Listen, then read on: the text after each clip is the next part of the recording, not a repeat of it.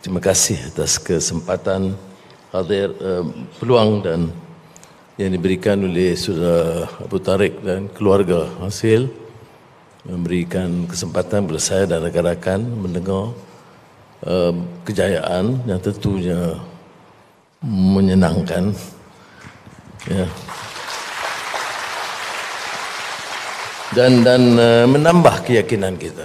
Saya percaya, ya, kita bersyukur Allah SWT dan kita yakin bila kita perbaiki tata kelola, kita perkenalkan instrumen baru seperti e-invoice, kita pertahankan semangat dan disiplin, hasil akan melonjak tinggi.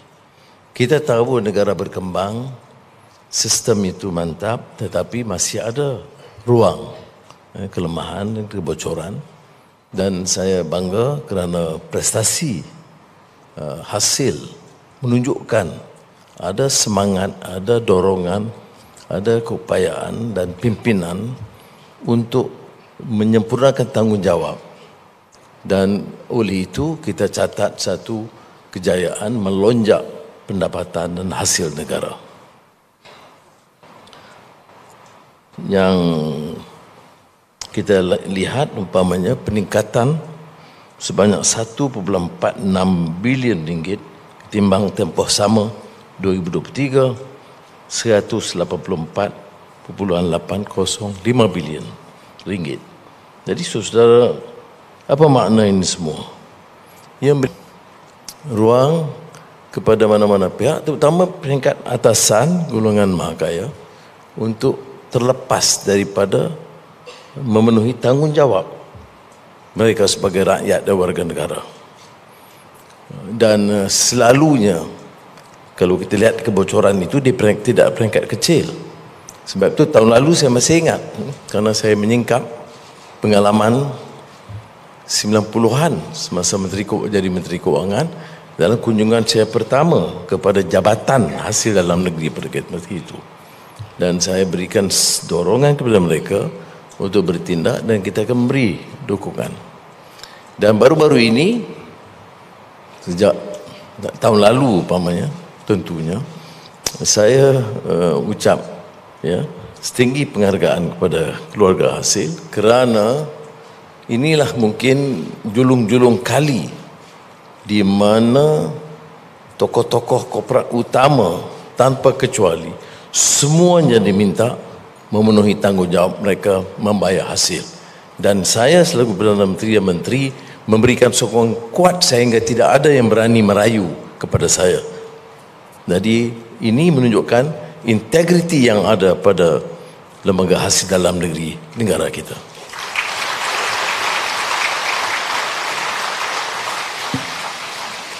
Jangan diremehkan, ya, kerana selalunya penguat kuasa termasuk pengurusan tentu tidak akan ada keberanian sekiranya mereka tahu tanggungjawab disempurnakan itu tidak mendapat dukungan oleh pimpinan. Kalau umpamanya pergi kepada Tun dan Tan Sri dan, ya, yang golongan mahakaya, mereka akan terus menghubungi golongan atasan dan orang yang menyempurnakan tanggungjawab itu mendapat tekanan. Dan sudah harus tanya Datuk Dr. Abu Tariq, saya tidak pernah guna kuasa untuk menyatakan ke beliau, memberitahu kepada beliau untuk kurang memberi tekanan ataupun memenuhi tanggungjawab dan memilih bulu dalam melaksanakan tugas.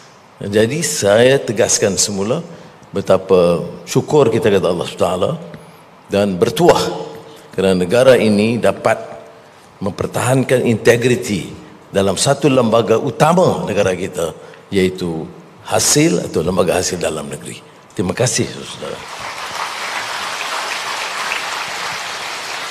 Dalam pengantar ucapan tadi saya menyingkap ayat Quran mengenai syahrul Ramadan, bulan Ramadan, iaitu unzila fihi al-Quran, bulan mula turunnya Al-Quran. Turunnya Al-Quran itu untuk apa? Hudan linnas, petunjuk kepada manusia. Bagaimana petunjuknya? Wa bayyinatin minal huda wal furqan. kerana memberikan mereka hidayah, ya, dan memberikan mereka kekuatan fikiran dan nilai untuk menentukan di antara yang baik dan yang tidak baik, yang buruk, ma'ruf dan mungkar. Dan di antara kema'rufan yang kita lihat dalam budaya Ramadan ini, budaya Ramadan itu penting kerana tidak diberi pengecualian, macam cuti hasil jugalah. Dia boleh tangguh, ada masalah sikit, uzur dan sebagainya, tapi tidak ada pengecualian. Kamu seorang alim, seorang imam atau makmum, seorang menteri atau petani, pekerja, tanpa kecuali masuk ke madrasah Ramadan. 30 hari, 1 tahun, semua kembali ke sekolah. Sama ada dia lulus cemerlang atau tidak, itu dia boleh tentukan, dan Allah akan menjadi saksi tentukan, ya. Kerana kadang-kadang dia bangga, saya sudah menunaikan puasa Ramadan selama 30 tahun penuh tanpa kecuali. Oh, alhamdulillah. Tapi perangai macam tu juga, sakau macam tu juga. Jadi sebab itu dalam amalan Ramadan ini, soal nilai, soal integriti itu penting. Siapa boleh tahu sama ada orang itu puasa atau tidak? Hanya dia dan Allah SWT.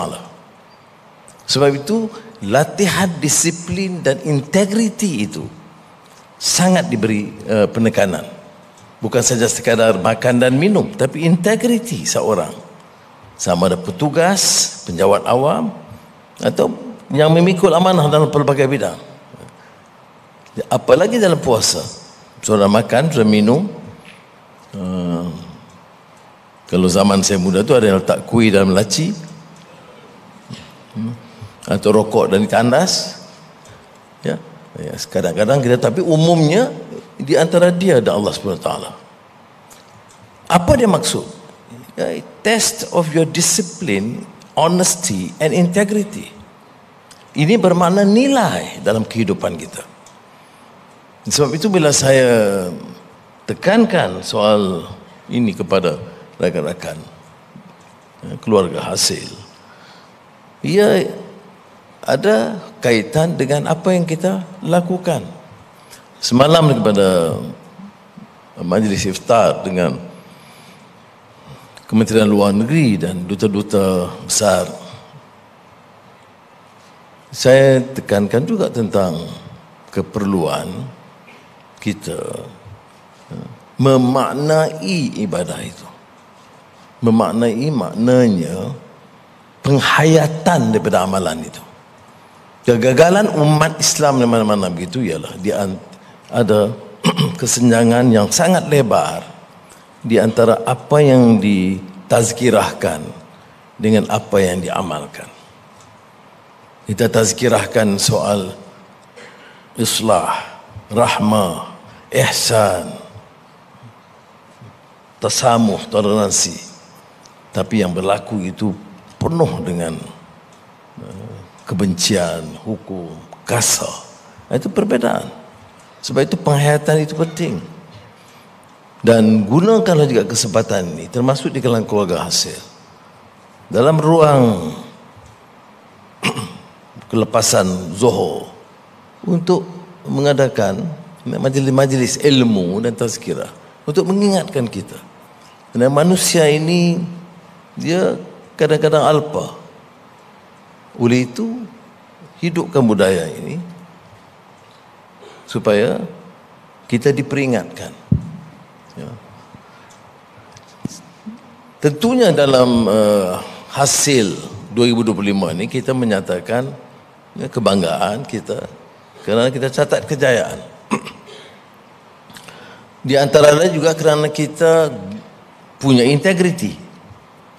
Tetapi kita juga menggunakan kaedah dan instrumen yang lebih canggih. Di negara kita, di antara penegasan kita segi dasar baru, termasuk juga transformasi digital. Maka saudara telah perkenalkan e-invoice. Tidak mudah, saya tahu pengalamannya, dan saya dalam beberapa mesyuarat pos kabinet, Johan ingat, saya tekankan, tangguh bulan Ogos, kita sebab bulan Ogos start sekarang, tak boleh tunggu, ya, kerana sudah menggunakan persiapan, ya. Tetapi saya tahu bahawa e-invoice itu akan memperbaiki kaedah dan mengurangkan permasalahan-permasalahan dan ketirisan, dan saudara laksanakan. Dan saya lihat juga ada pengenalan instrumen-instrumen baru yang terus direncanakan dan insya-Allah akan dilaksanakan dan akan bawa kebaikan. Sekali lagi, untuk apa ini semua? Yang kita berebut susah payah untuk menambah hasil. Pertamanya, tiap warga negara yang wajar membayar tanpa mengira kedudukan mereka, apalagi di kalangan yang maha kaya, harus bayar. Kerana negara kita ini aneh, saya lihat. Lebih ramai dalam dunia politik yang nak pertahankan golongan maha kaya.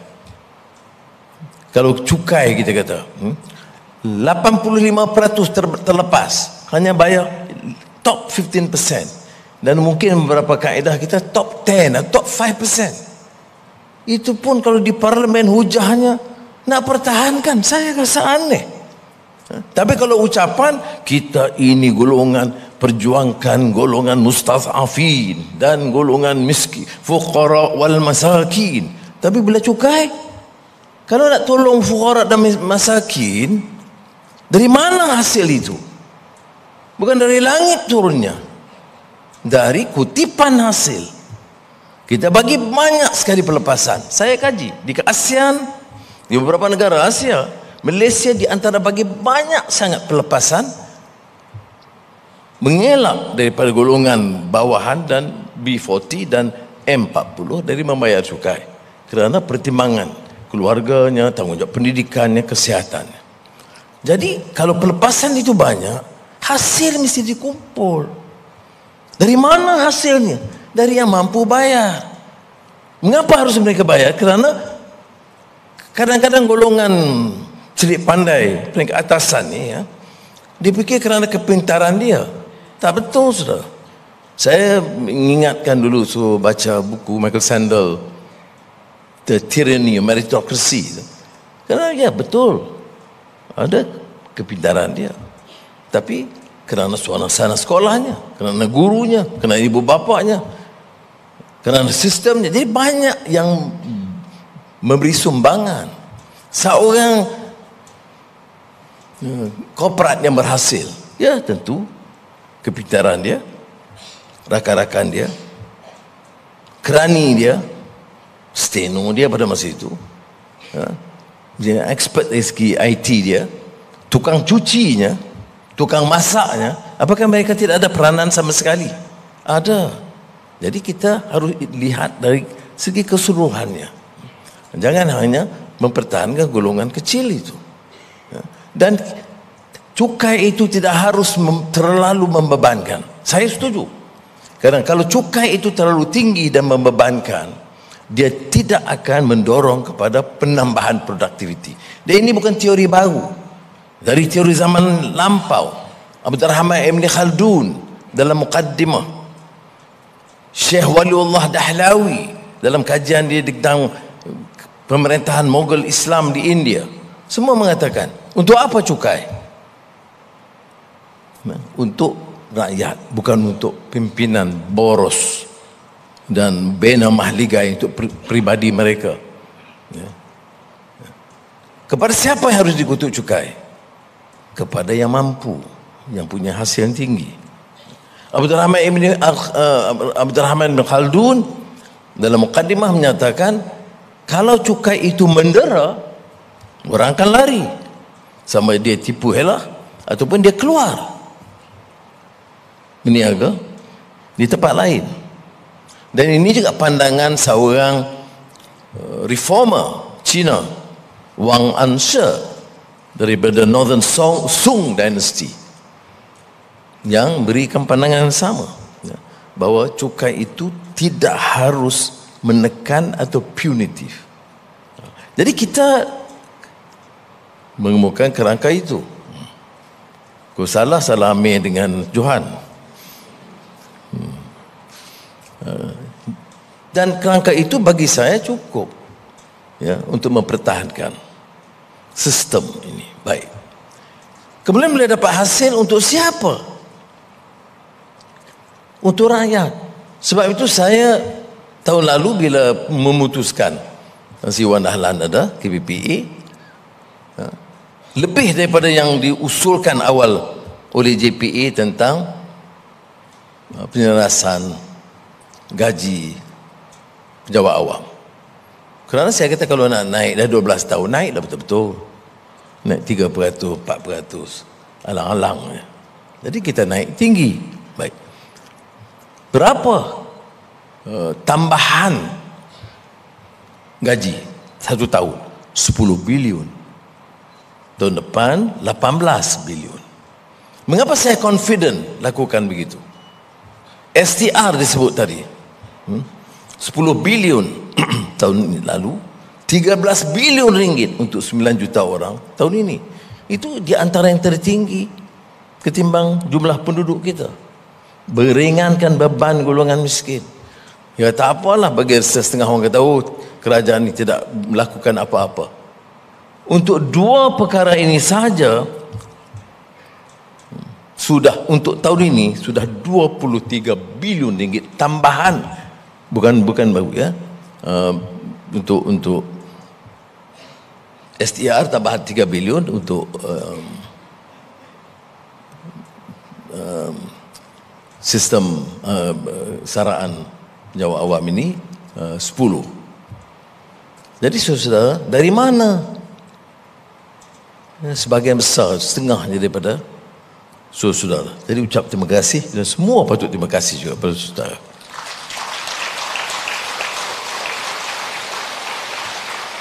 Jadi di kalangan rakan-rakan dan keluarga hasil harus tahu, ya, sudah pikul satu amanah kerana ada integriti dan mengelakkan kebocoran. Ini runding-runding dan tuarah ni kena kurangkan dan pastikan kaedah lebih tepat. Kadang-kadang masih ada lagi sedikit ketirisan. Kemudian tahu juga untuk apa. Saya kata untuk 1 juta penjawat awam. Siapa lagi? Untuk rakyat yang miskin, untuk Aisara, untuk STR, dan 1 bilion yang saya luluskan 2 minggu yang lalu di Kedah untuk pesawah padi miskin, 1.9 bilion untuk Kelantan, Tebatan banjir, kerana keluarga kita di sana terus hadapi masalah banjir. Dari mana? Dari hasil HDN, custom, diraja dan lain-lain. Jadi saudara, ingatlah dan bersyukur kepada Allah SWT kalau saudara punya keistimewaan, diamanahkan untuk melakukan sesuatu yang memberikan faedah dan nikmat secara langsung kepada rakyat dan negara.